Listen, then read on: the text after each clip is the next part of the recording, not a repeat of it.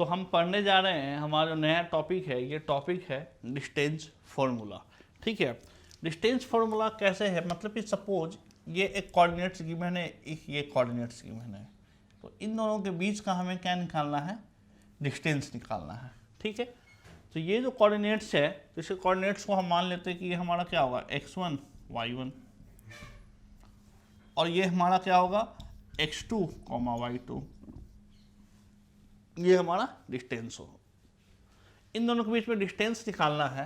मान लीजिए P Q है, तो हम पी क्यू को निकालने के लिए हम लोग क्या करेंगे, आसान सा हमारे पास क्या है कि रूट अंडर एक्स कोऑर्डिनेट, या तो आप कर लीजिए x1 माइनस x2 का whole square plus y1 minus y2 का होल स्क्वायर, आप ये कर सकते हैं। ठीक है, या अगर आप कंफ्यूज हो गए कि x1 डालूं या x2 डालें, तो आप सिंपल x2 माइनस x1 भी कर लीजिए कि x2 माइनस x1 का whole square plus y2 minus y1 का होल स्क्वायर। ठीक है, जो हमें कोऑर्डिनेट्स गिवन होंगे उस कोऑर्डिनेट्स के बिहाफ पे आप इसे बना सकते हैं। ये दोनों एक्सचेंज क्यों हैं, हम या बोले कि दोनों सेम क्यों हैं, दोनों सेम इसलिए है कि अगर आप सिंपली इस चीज़ को देखिए कि अगर हम क्या बोले कि 4 माइनस 5 का whole square equal that 5 minus 4 के होल स्क्वायर, क्लियर। अगर 4 में से 5 चला गया तो क्या होगा, -1 का होल स्क्वायर और 1 का होल स्क्वायर, दोनों की वैल्यू 1 इक्वल टू 1 ही आने वाली है। मतलब जो यहाँ स्क्वायर लगा हुआ है, इसके कारण आप x1 में से x2 माइनस कर ले या x2 में से x1 माइनस कर ले। तो हम लोग यहाँ देख सकते हैं कि आप x1 माइनस x2 का होल स्क्वायर निकाल लीजिए या x2 माइनस x1 का होल स्क्वायर निकाल लीजिए, दोनों की वैल्यू सेम आएगी। तो ये हमारा डिस्टेंस फॉर्मूला है। इस फॉर्मूला को आपको दिमाग में रखना है और आप आसानी से इस फॉर्मूला का यूज़ करके आप क्वेश्चन को क्या कर सकते हैं, फाइंड आउट कर सकते हैं।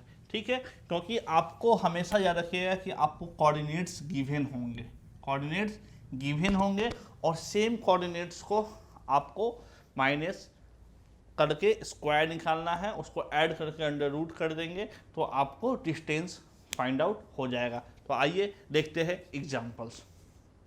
तो हमने यहाँ पे एक एग्जांपल लिया है। इस एग्जांपल में क्या है कि दो कोऑर्डिनेट्स हमें गिवन है, एक पी पॉइंट के और एक क्यू पॉइंट के। सपोज ये पी पॉइंट है और ये क्यू पॉइंट है, तो इन दोनों के बीच का डिस्टेंस आपको फाइंड आउट करना है सिंपली।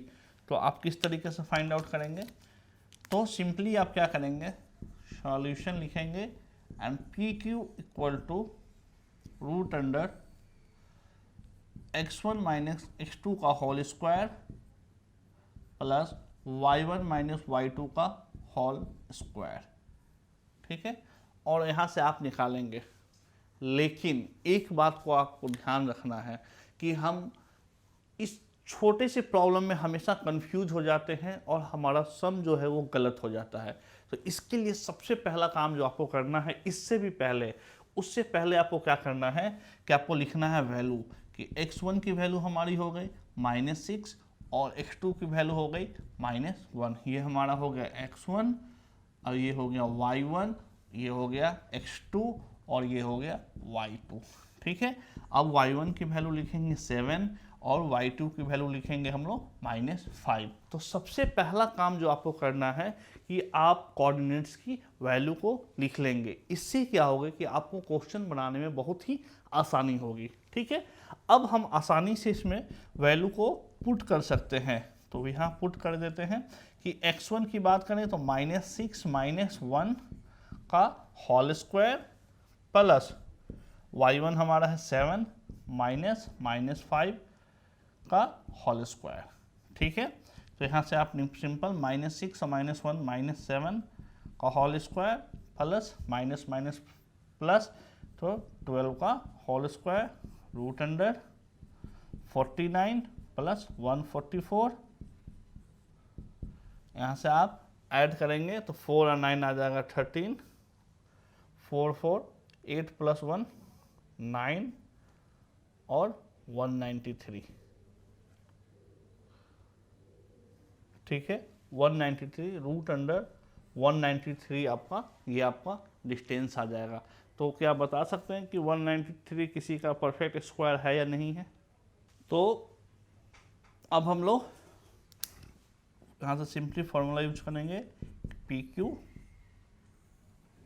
रूट अंडर x1 है हमारा -6 माइनस x2 है हमारा -1 का होल स्क्वायर, ठीक है, प्लस y1 7 माइनस -5 का होल स्क्वायर सिंपली, ठीक है। यहाँ से क्या करेंगे, रूट अंडर यहाँ से आ जाएगा -6 माइनस माइनस प्लस 1 का whole square plus minus minus plus 7 plus 5 का होल स्क्वायर, ये आ जाएगा -6 प्लस 1 आ जाएगा आपका -5, तो -5 का होल स्क्वायर प्लस 12 का होल स्क्वायर अंडर रूट, इसी को हम लोग लिख सकते हैं -5 का होल स्क्वायर क्या हो जाएगा 25 और प्लस 1 44 और यहाँ से आ जाएगा 169 रूट अंडर और ये आंसर आ जाएगा आपका 13, ठीक है। तो आपने यहाँ देखा कि P और Q के बीच में जो हमारा डिस्टेंस है वो 13 यूनिट्स में हमारा ये डिस्टेंस है, ठीक है। तो सिंपली जब भी आपको दो पॉइंट के बीच में डिस्टेंस निकालने के लिए कहा जाएगा, कोऑर्डिनेट्स का आप यूज करेंगे और इस कोऑर्डिनेट्स को इस फॉर्मूला पे पुट करके आप आसानी से इस क्वेश्चन को फाइंड आउट कर सकते हैं, आसानी से डिस्टेंस आप है जो निकाल सकते हैं। आइए देखते हैं नेक्स्ट एग्जांपल। तो सबसे पहले हम जो करेंगे वो करेंगे क्या, सॉल्यूशन, यहाँ लिखेंगे x1 की वैल्यू, तो x1 ये हमारा ये x1 और ये y1, ये हो गया x2 और ये हो गया y2, ठीक है। तो x1 की वैल्यू -3 और x2 की वैल्यू 1, y1 की वैल्यू 0 और y2 की वैल्यू हो गई -3।